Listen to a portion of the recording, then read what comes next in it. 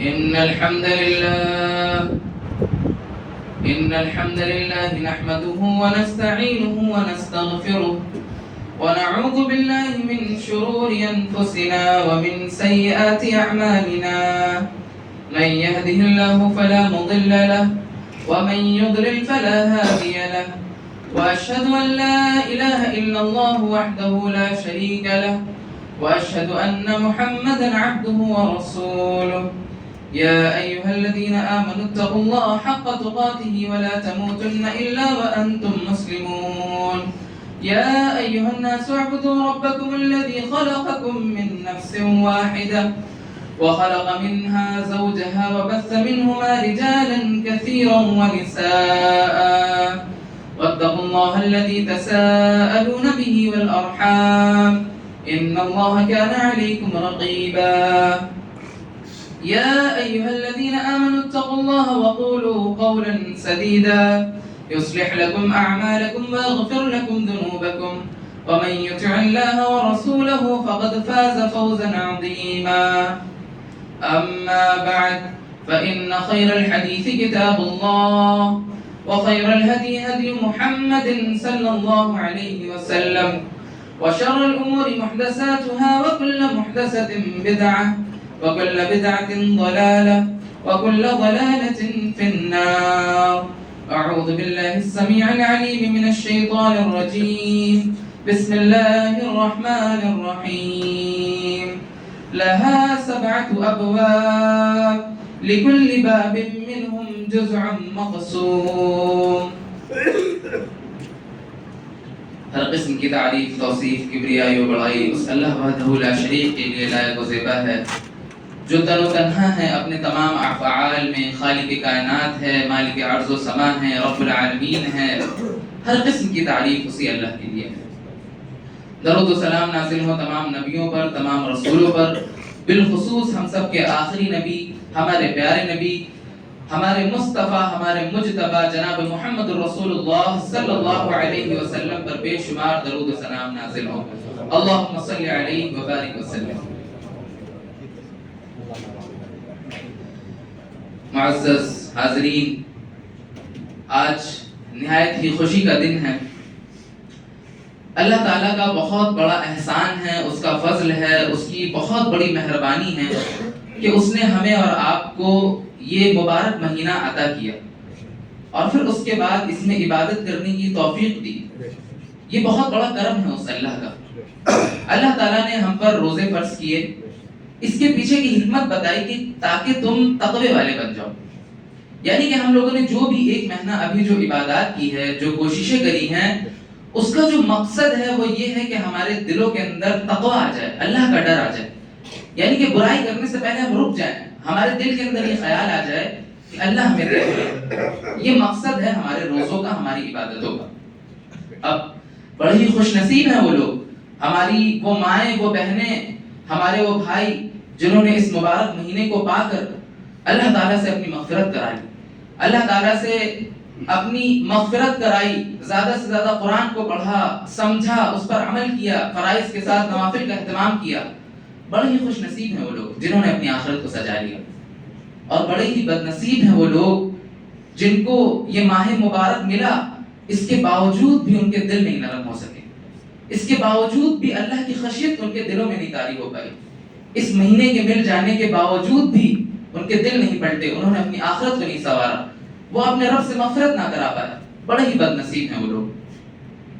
آج خوشی کا موقع ہے، انعام کا دن ہے۔ اب ہمارے کچھ بھائی لوگ اس خوشی کے موقع پر اتنا زیادہ مگن ہو جاتے ہیں اور خوشی میں اس قدر ڈوب جاتے ہیں کہ وہ اٹھ ہی نہیں پاتے ہیں بیچارے۔ یعنی کہ وہ اس خوشی کے موقع پہ ایسا ڈوبتے ہیں کہ سال کے 11 مہینے وہ خوشی مناتے رہ جاتے ہیں، وہ واپس بیچارے آ ہی نہیں پاتے ہیں۔ ایسا کیوں ہوتا ہے؟ بتائیے، یہ سوال ہے، ایسا کیوں ہوتا ہے؟ جب ہم نے رمضان المبارک کا مہینہ پایا، ہم نے روزے رکھے، عبادات کری، قیام کرا لمبا لمبا، ہماری پوری تربیت ہوئی، پورا ٹریننگ کا ایک مہینہ ہم کو ملا، تو اب یہ جو سال کی 11 مہینے ہیں اس میں ہم لوگ کیوں ڈھیلے ہو جاتے ہیں؟ کیوں ہم بھول جاتے ہیں کہ اللہ تعالیٰ ہمیں دیکھ رہا ہے؟ یہ چیز کیوں بھول جاتے ہیں بتائیے؟ دراصل ہم اپنے مقصد کو بھول جاتے ہیں، ہم بھول جاتے ہیں اس بات کو کہ اللہ تعالیٰ ہمیں دیکھ رہا ہے اور ہمیں مر کے اس کے پاس جانا ہے. ہم بھول جاتے ہیں کہ ہمیں اس دنیا کے بعد ایک اور دنیا ہے جہاں پہ جانا ہے, جہاں پہ ہمارا رب ہم سے سوال کرے گا. اس چیز کو ہم لوگ بھول جاتے ہیں. یہی وجہ ہے کہ 11 مہینے ہم ٹھنڈے ہو جاتے ہیں. تو آج آپ اگر دیکھیں گے کہ دنیا میں اگر کسی کو تکلیف ہے, کوئی پریشانی میں مبتلا ہے, آپ سوچیں گے یار بڑا تکلیف میں ہے, مر جائے تو کام ختم ہو, تکلیف ہلکی ہو جائے. دنیا کی ذہنیت یہی ہے, انسان یہی سمجھتا ہے کہ بندہ اتنی تکلیف میں ہے, اس کو موت آ جائے, یہ رہا پا جائے گا اپنی تکلیف سے. لیکن قرآن کیا کہتا ہے؟ آپ جب قرآن پڑھیں گے تو آپ کو معلوم ہوگا, قرآن میں مرنے کا تو اعلان کیا ہے. اللہ تعالیٰ نے بتایا کل نفس ذائقۃ الموت, ہر نفس کو موت کا مزہ چکھنا ہے.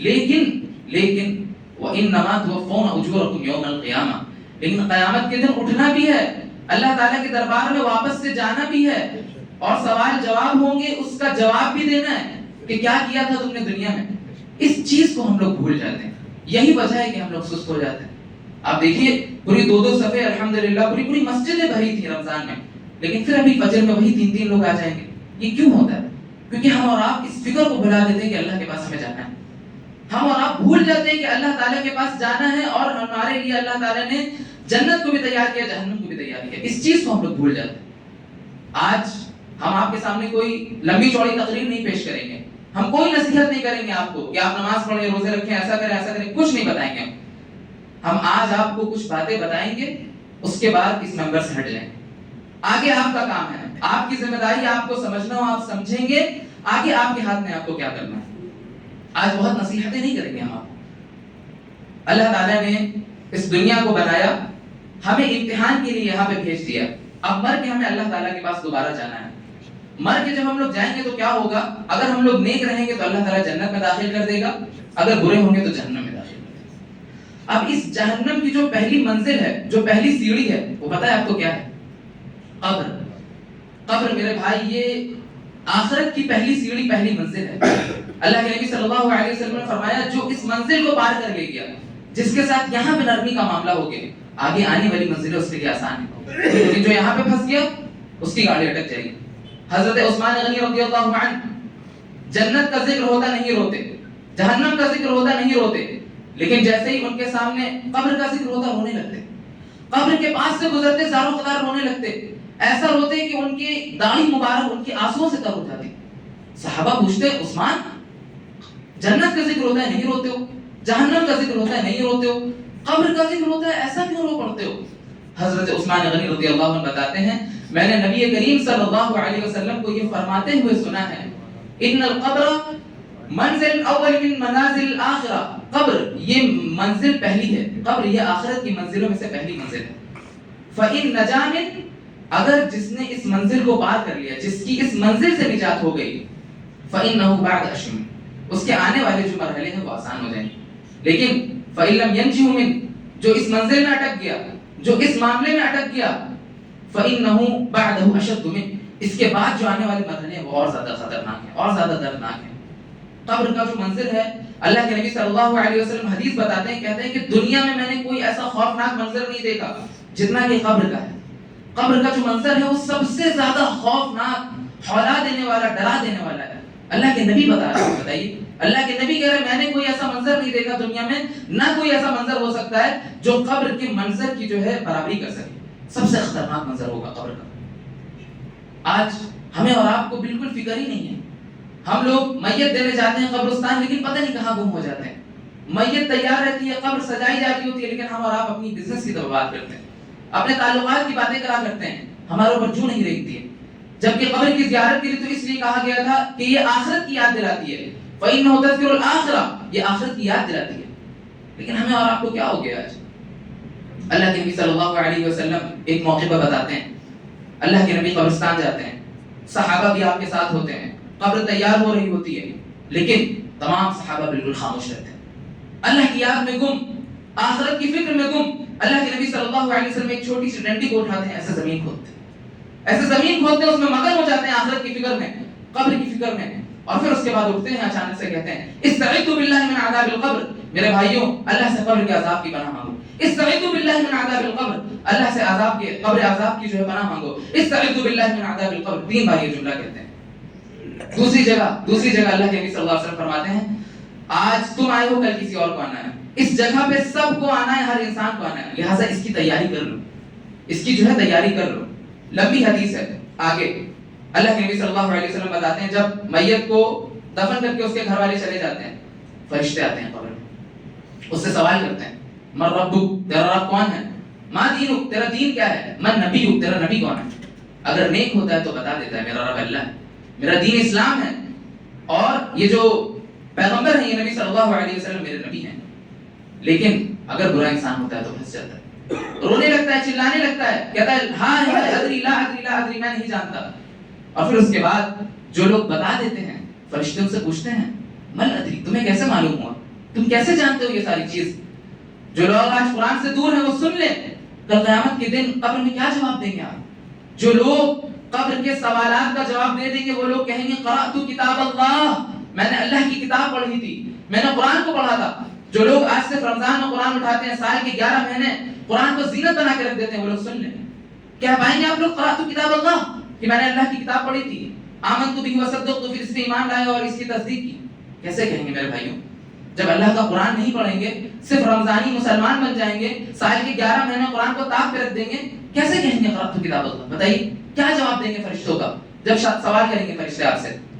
لہذا اگر اپنی قبر کی منزل کو ٹھیک کرنا ہے، اپنی آخرت کو ٹھیک کرنا ہے، تو جس طریقے سے رمضان گزارا اسی طریقے سے 11 مہینے بھی گزارے، اور اللہ کے کلام کو تھام لیں مضبوطی سے تاکہ آپ جواب دے سکیں۔ آپ کیا سوچ رہے ہیں 4 دن 5 دن عذاب ہوگا؟ کیا لگتا ہے قبر کا عذاب کتنا ہوگا؟ جب تک کہ ستارے بے نور نہیں کر دیے جائیں گے، فرشتے سور نہیں پھونک دیں گے، جب تک کہ ہوتا رہے گا۔ بتائیے ہے کسی کے اندر اتنی ہمت؟ انسان 2 دن کی تکلیف یہاں دنیا میں نہیں جھیل پا رہا ہے، کیسے قبر میں اتنی لمبی تکلیف جھیلے گا؟ جب تک کہ قیامت نہیں آئے گی اس کو عذاب ملتا رہے گا، فرشتے اس کے لیے جہنم کی کھڑکی کھول دیں گے، جہنم کا لباس پہنا دیں گے، اس کو عذاب ملتا رہے گا۔ پھر اس کے بعد آخرت میں بھی اس کے لیے بھلائی نہیں ہے، آخرت میں جائے گا وہاں پہ بھی اس کو جو ہے پھر دائمی عذاب ملے گا۔ بتائیے یہ تو صرف ایک منزل، پہلی منزل، اس کے بعد آخرت میں آپ کا کیا ہوگا وہ بھی سن لیجیے۔ اگر آپ لوگ سال کے 11 مہینے جس طریقے سے بے فکر رہتے ہیں، اس طریقے سے اگر اسی حالت میں موت آ گئی تو کیا ہوگا؟ اللہ کے نبی نے بتایا ان الاعمال بالخواتین، آخری عمل جو ہوگا وہ فیصلہ کن ہوگا۔ آپ کی موت جس حالت میں آئے گی اس حالت میں آپ اٹھائے جائیں گے، اسی حالت میں ثواب ہوگا۔ رمضان میں بہت عبادتیں کری آپ نے، اللہ تعالیٰ سے مغفرت کرانی، لیکن اگر اس کے بعد ڈگمگا گئے اور موت آ گئی تو پھر اس کے بعد آپ کے لیے جہنم۔ کوئی گارنٹی لے سکتا ہے آپ میں سے کہ آپ رمضان میں ہی انتقال فرمائیں گے؟ نہیں، دوسرے مہینوں میں بھی آپ کا انتقال ہو سکتا ہے۔ سن لیجئے، اگر آپ کا انتقال ایمان کی حالت میں نہیں ہوا اور آپ اگر ایسے ہی اٹھائے گئے تو اللہ تعالیٰ نے جہنم سجا کے رکھی ہے آپ کے لیے۔ کیسی جہنم ہے اس کا تھوڑا سا تعارف جان لیجئے۔ لہا سبعۃ ابواب، اس کے 7 دروازے ہیں، لکل باب منہم جزء مقسوم، ہر دروازے سے ہم اور آپ داخل کیے جائیں گے۔ جہنم کا جو ایندھن ہے ہم ہی اور آپ ہیں، 7 دروازے ہوں گے، ہر دروازے سے انسان داخل کیا جائے گا۔ کیا سوچتے ہیں کیسے داخل کیا جائے گا؟ فرشتے کہیں گے کہ آؤ جہنم میں داخل ہو جاؤ، اللہ تعالیٰ کہے گا آؤ جہنم میں آ جاؤ؟ نہیں، گھسیٹتے ہوئے لے کے جائیں گے فرشتے، منہ کے بل گھسیٹتے ہوئے لے کے جائیں گے۔ یوم یدعون الی نار جہنم دعا، ہمارے غضب کے اپنے دانتوں کو فرشتے دبا لیں گے، ایسے ایسے گھسیٹتے ہوئے لے کے جائیں گے جہنم میں اور پھر ڈال دیں گے۔ اس کے بعد جہنم کا سنیے کیا ہوگا۔ جہنم جب آپ کو دور سے دیکھے گی، اذا رأتهم من مکان بعید، دور سے دیکھے گی، ہمارے غضب کی پھٹنے لگے گی، ابل پڑے گی جہنم آپ کو دیکھ کے، ڈال دیا جائے گا جہنم میں۔ فرشتے پوچھیں گے، جہنم کا جو داروغہ ہے آپ سے سوال کرے گا، الم یأتیکم نذیر، ڈرانے والا نہیں آیا تھا کیا؟ یہاں کیوں آ گئے؟ جہنم میں پتہ نہیں تھا کتنی بری جگہ ہے، یہاں پہ کیا ہونا ہے، کیوں آ گئے؟ الم یأتیکم نذیر، ڈرانے والا نہیں آیا تھا؟ اعتراف کرنا پڑے گا، کہیں گے نہیں آیا تھا، مولانا صاحب نے، عالم صاحب نے بتا دیا تھا جہنم میں کیا کیا ہونے والا ہے، ڈرانے والا آیا تھا، لیکن قالوا بلا قد جاءنا نذیر، ہمارے اندر ہی کمی تھی۔ آپ کو پتا ہے جہنم کو جو داروغہ ہوگا کیسا ہوگا؟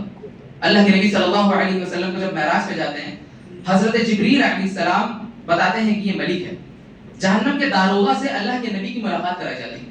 اللہ کے نبی سوچتے ہیں میں سلام کروں، اس سے پہلے جہنم کا داروغہ سلام کر دیتا ہے، اور پھر اس کے بعد ایک دم سخت منہ بنا کے کہتا ہے السلام علیکم، اللہ کے نبی جواب دیتے ہیں۔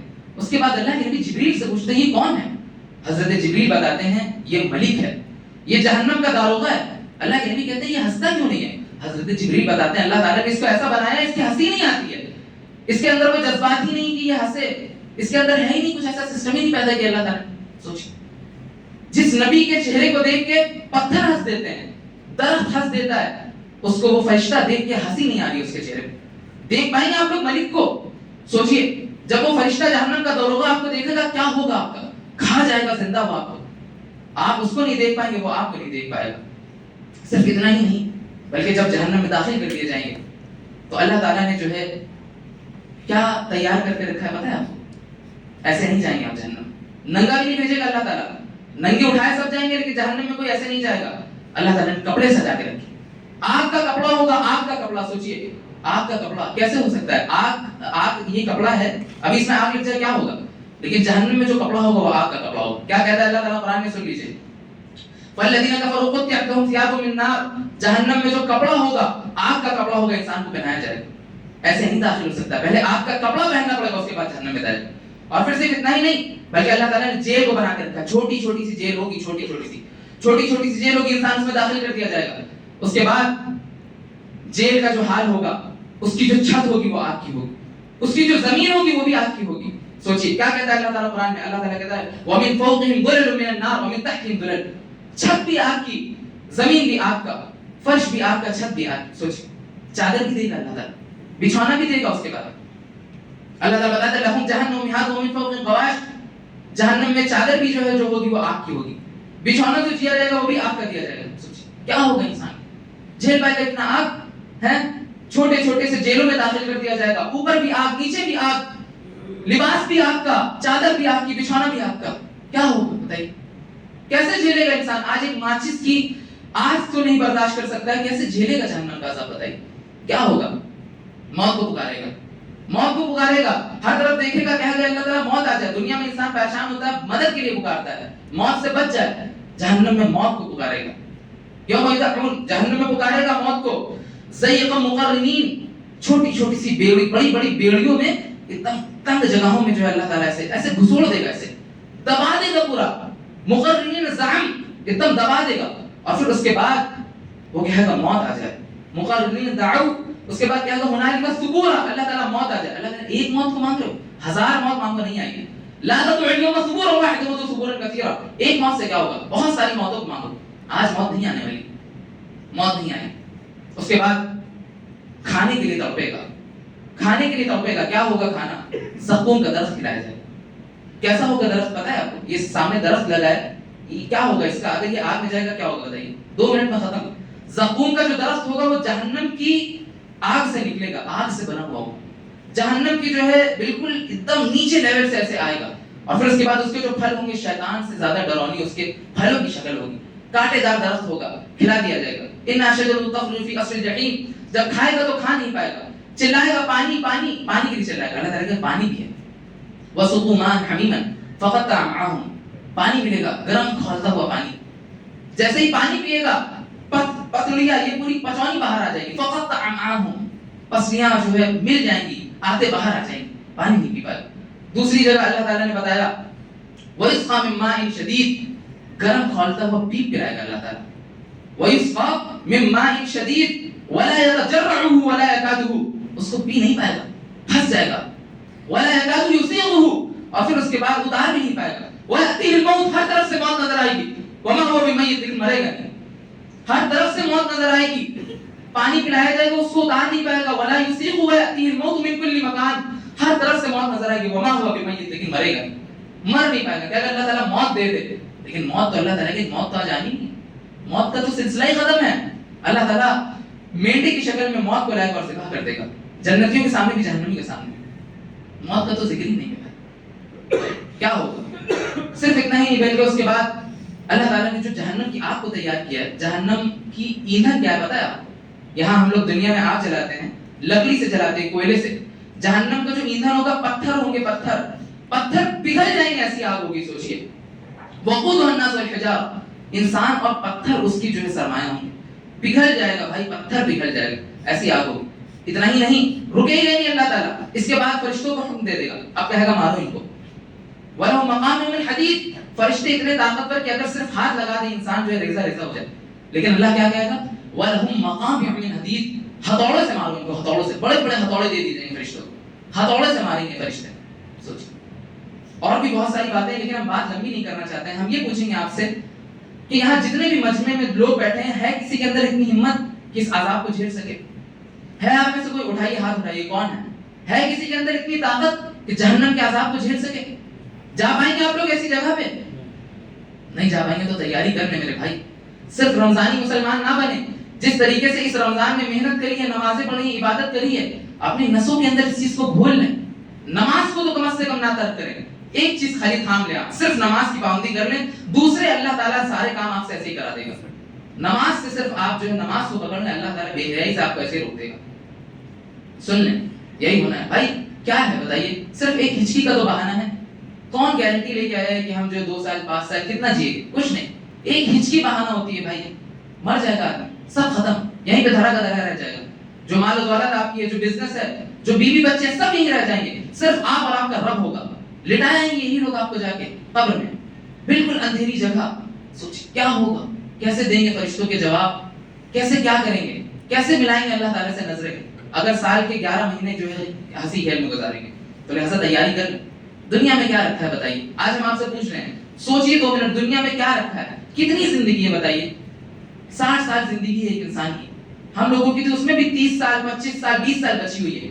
کیا کر لیں گے بتائیے؟ 2 3 سال زندگیاں بچی ہیں. کیا کر لیں گے اس دنیا میں بتائیے؟ کچھ نہیں کر پائیں گے. اپنے رب کو راضی کر لیں اور شیطان کے ابلیس کے بہکاوے سے ہٹ جائیں.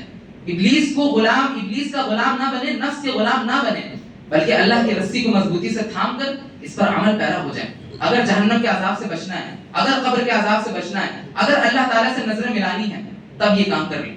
ورنہ اگر تیار ہے تو پھر آپ کی مرضی ہے، پھر کوئی مسئلہ نہیں ہے. تو یہ کچھ باتیں تھیں جہنم کے ذکر سے. اللہ تعالیٰ ہم سب لوگوں کو عقل سلیم عطا فرمائے. آمین.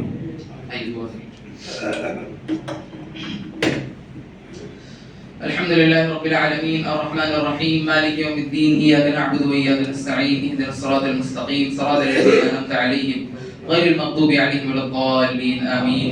اللهم صل على محمد وعلى آل محمد كما صليت على إبراهيم وعلى آل إبراهيم إنك حميد مجيد. اللهم بارك على محمد وعلى آل محمد كما باركت على إبراهيم وعلى آل إبراهيم إنك حميد مجيد. ربنا آتنا في الدنيا حسنة وفي الآخرة حسنة وقنا عذاب النار. ربنا ظلمنا أنفسنا وإن لم تغفر لنا وترحمنا لنكونن من الخاسرين. ربنا ظلمنا أنفسنا وإن لم تغفر لنا وترحمنا لنكونن من الخاسرين. ربنا ظلمنا أنفسنا وإن لم تغفر لنا وترحمنا لنكونن من الخاسرين. ربنا اصرف عنا عذاب جهنم إن عذابها كان غراما. ربنا اصرف عنا عذاب جهنم إن عذابها كان غراما. ربنا اصرف عنا عذاب جهنم إن عذابها كان غراما. ربنا لا تزغ قلوبنا بعد إذ هديتنا وهب لنا من لدنك رحمة إنك أنت الوهاب. ربنا لا تقبل منا إنك أنت السميع العليم وتب علينا إنك أنت التواب الرحيم.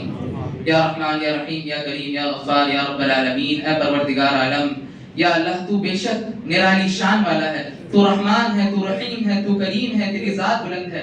اے میرے مولا، یقیناً ہم تیرے در کے فقیر ہیں، یقیناً ہم بھکاری ہیں. اللہ تو غنی ہے یا میرے مولا. یا اللہ بے شک تیری قدرت، تیرا قبضہ کسی لائق نہیں ہے. اللہ تیرا کوئی جوڑ نہیں ہے. اللہ ہم تیرے فقیر ہیں. اللہ یا اللہ ہماری مغفرت فرما دے. اللہ یا اللہ اس ہاتھوں کی لاج رکھ لے. اللہ یہ آج تیرے در پہ اٹھے ہیں. یا اللہ ان کو خالی ہاتھ نہ بھیجے. اللہ یا اللہ تجھے تو حیا آتی ہے جب تیرے سامنے کوئی ہاتھ اٹھاتا ہے. یا اللہ آج ہم سب اس مجلس میں بیٹھ کے اللہ تیرے سامنے ایک جٹ ہو کے ہاتھ اٹھائیں. یا اللہ تعالیٰ تو بس ہماری مغفرت کر دے، تو جہنم کے عذاب سے ہمیں بچا دے، تو ہمارے لیے جنتوں کو لکھ دے میرے مولا. یا اللہ ہم میں اتنی طاقت نہیں ہے کہ ہم جہنم کے عذاب کو جھیل سکیں. یا اللہ ہم میں اتنی طاقت نہیں ہے کہ ہم قبر کے عذاب کو جھیل سکیں. یا اللہ ہم میں اتنی طاقت نہیں ہے. اے اللہ ہمارے لیے جنت کو لکھ دے. اللہ یا اللہ ہمارے اوپر رحم کر دے. یا اللہ ہم نے جو ٹوٹی پھوٹی عبادتیں کری ہیں، چھوٹے موٹے روزے رکھے ہیں، اللہ اس میں بھی جھوٹ غیبت چگلی کیا کیا کرتی. یا اللہ جو تیری رضا کے لیے نمازیں پڑھی ہیں وہ بھی نہیں صحیح سے پڑھ سکے. یا اللہ بہت ریاکاری ہوئی ہے. یا اللہ یقیناً ہمارے اعمال ایسے نہیں ہیں کہ جس کے صلے پہ ہمیں جنت ملے. یا اللہ جنت ملے گی تو تیری رحمت میں ملے گی. اے اللہ ہم سب کی مغفرت فرما دے. اللہ یا اللہ ہماری عبادتوں کو قبول کر لے. یا اللہ ہم نے جو قیام کیے ہیں، جو صیام کیے ہیں، اللہ اس کو یا اللہ قبول کر لے. اے اللہ تو نے وعدہ کیا ہے اللہ جو ایمان کے ساتھ یا اللہ جو تراویح پڑھے گا، جو روزے رکھے گا، اللہ تعالیٰ تو اس کی مغفرت کر دے گا. یا اللہ ہماری مغفرت کر دے. اللہ یا اللہ ہمیں جو بے نمازی ہیں اللہ ان کو نمازی بنا دے. اللہ یا اللہ نماز جیسی دولت سے اللہ تو محروم نہ کر. یا اللہ یا اللہ اپنے ایمان کی لذت ہمیں عطا کر دے یا اللہ. یا اللہ ہمارے دلوں کو یا اللہ نرم بنا دے. اے اللہ ہمارے دلوں کو ایسا بنا دے کہ تیرا قرآن اس میں آ سکے. اے اللہ ہمارے دلوں کو ایسا بنا سکے یا اللہ کہ یہ خالص تیرے لیے دھڑکیں. اے اللہ ہمارے دلوں کو نرم کر دے. یا اللہ آج اس مجلس میں اللہ جتنے بھی لوگ ہیں تو سب کی مغفرت کر دے. اے اللہ جہاں جہاں مسلمان پریشان حال ہیں, مصیبت میں ہیں, فلسطین کے اوپر خاص طور پہ اللہ تو اپنا کرم کر دے, اپنا رحم کر دے. اللہ مسلمانوں کو نجات دے دے. اللہ کافروں کے اوپر یا اللہ نجات دے دے. اللہ غلبہ دے دے مسلمانوں کو یا اللہ. یا اللہ تو جاننے والا ہے دلوں کے حال. یا اللہ تو اپنے بندوں کی رگوں سے واقف ہے اللہ. یا اللہ ہم تجھ سے دعا کر رہے ہیں اللہ کہ ہماری مغفرت کر دے اللہ. اگر تو نے مغفرت نہیں کری تو ہمارا کیا ہو گیا اللہ. یا اللہ ہم تمام لوگوں کی مغفرت کر دے. اے اللہ ہم نے نہیں دیکھا کہ ہم میں سے کون اگلے سال رمضان میں زندہ رہے گا نہیں رہے گا. یا اللہ یقیناً یہ چیز تو جانتا ہے اللہ. یا اللہ تو ہمارے اوپر جہنم کو حرام کر کے جنت کو لکھ دے میرے مولا. یا اللہ ہم میں اتنی طاقت نہیں ہے کہ ہم جہنم کے عذاب کو جھیل سکیں. ہم میں اتنی طاقت نہیں ہے کہ ہم قبر کے عذاب کو جھیل سکیں. یا اللہ ہمارے اوپر رحم فرما دے, ہمارے اوپر کرم فرما دے. ہمارے جو بھائیوں کے اللہ دل دکھے ہیں یا اللہ ان کو تو صبر دے دے یا اللہ, وہ آپس میں اپنے رشتوں کو بحال کر لیں یا اللہ. یا اللہ ان کو ایسا بنا دے, ان کے دلوں کو ایسا نرم کر دے کہ یہ آپس میں بول لیں اللہ, ورنہ کل قیامت کے دن یا اللہ یہ لوگ سرخرو نہیں ہو پائیں گے میرے مولا. یقیناً تو اس بات کو جانتا ہے, تو نے اپنے کلام میں بتا دیا ہے, ساری چیز تو نے کھول دی ہے. ہم ہی لوگ غافل ہیں یا اللہ, ہماری ہی غلطی ہے اللہ. ہمارے دلوں کو نرم کر دے, ہمارے دلوں کو نرم کر دے میرے مولا. ہمارے دلوں کو ایسا بنا دے کہ یہ تیری خالص محبت کے لیے دھڑکیں, اس میں تیرا کلام آ سکے. یا اللہ ہمارے دلوں کو ایسا بنا دے کہ ہم آپس میں محبت والے بن جائیں. آمین. وآخر دعوانا الحمد لله رب العالمين. إن الله وملائكته يصلون على النبي يا أيها الذين آمنوا صلوا عليه وسلموا تسليما. اللهم صل على محمد وعلى آل محمد كما صليت على إبراهيم وعلى آل إبراهيم إنك حميد مجيد. عباد الله رحمكم الله, إن الله يأمر بالعدل والإحسان وإيتاء ذي القربى وينهى عن الفحشاء والمنكر والبغي يعظكم لعلكم تذكرون. سبحان ربك رب العزة عما يصفون وسلام على المرسلين والحمد لله رب العالمين.